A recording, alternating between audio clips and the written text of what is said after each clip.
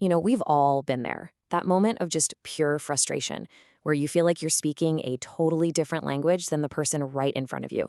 It's this universal feeling, right? And it has a name: miscommunication. So let's get to the bottom of what's really going on, and more importantly, how we can actually fix it. I mean, think about it. You're pouring your heart out to a friend. You're explaining something that is genuinely, deeply bothering you, and the response you get just completely misses the point. It's like they heard the words you said, but they totally missed the music. Or, hey, maybe you're at work.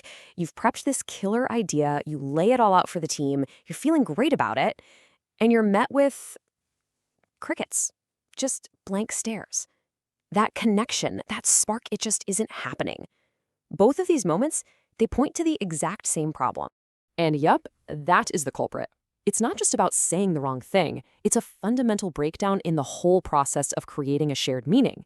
What one person thinks they're saying with perfect clarity is heard as a jumbled mess by the other. And while it's super frustrating, the reason why this happens is actually fascinating. The stakes for getting this wrong can be surprisingly high. On a personal level, sure, it leads to confusion and misunderstanding, which can definitely spiral into resentment. But on a larger scale, it can be absolutely catastrophic. And I'm not exaggerating.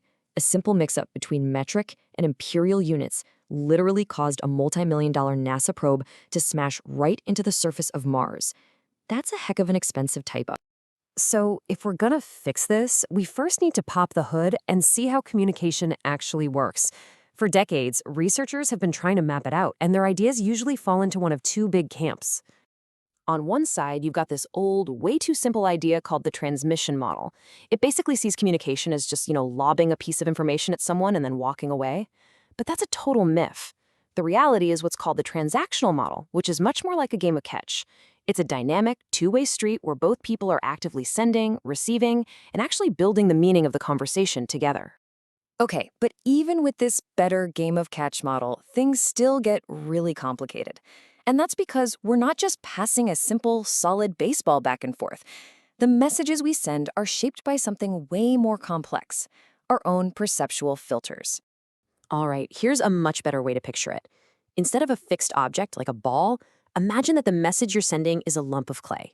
Every single time someone touches it, every time they send it or receive it, they reshape it, even if it's just a tiny little bit. So why does the clay keep getting reshaped? The answer is something called perceptual filters. Think of these as the unique, subjective pair of glasses that every single one of us wears. They're built from our entire life story, and they color every message we send and receive, usually without us even noticing. And what are these filters made of? Well, pretty much everything. Your past experiences, your culture, your relationship to the person you're talking to. Heck, even something as simple as being hungry or distracted by noise outside can completely change how you interpret a message. And of course, one of the biggest filters of all is our emotions. So you can start to see the problem, right? As this lump of clay, our original message, gets passed back and forth, constantly being twisted and reshaped by each person's unique filters, it is no wonder at all that it can end up as a totally unrecognizable mush. Okay, I know that might sound a little pessimistic, but here's the good news. We are not doomed to miscommunicate forever. Not at all. By understanding the problem, we can start using some really simple but powerful practices to communicate way more effectively. Really, it boils down to 4 key things. First, active listening. That means truly engaging, asking questions, and showing you're locked in, not just letting the words wash over you. Second, listen with all your senses. So much of communication is nonverbal. Third, remember it's a two-way street. Your goal should be to understand them just as much as you want them to understand you. And finally, and this one is the game changer, you have to be aware of your own filters. You have to acknowledge that your perception isn't the one and only objective truth. This one simple question can literally change everything. Instead of stating your view as a fact, like, this is the problem, you frame it as your perspective. This is how I see the problem. And then you immediately invite them to share theirs. Just that tiny shift opens the door for a real dialogue, instead of a battle between two people who are both sure they're right. Because ultimately, that is the goal. It's not about winning an argument or proving your point. It's about consciously working together to clear away the fog of all those individual filters so you can arrive at a shared meaning, a common understanding that you've actually built together.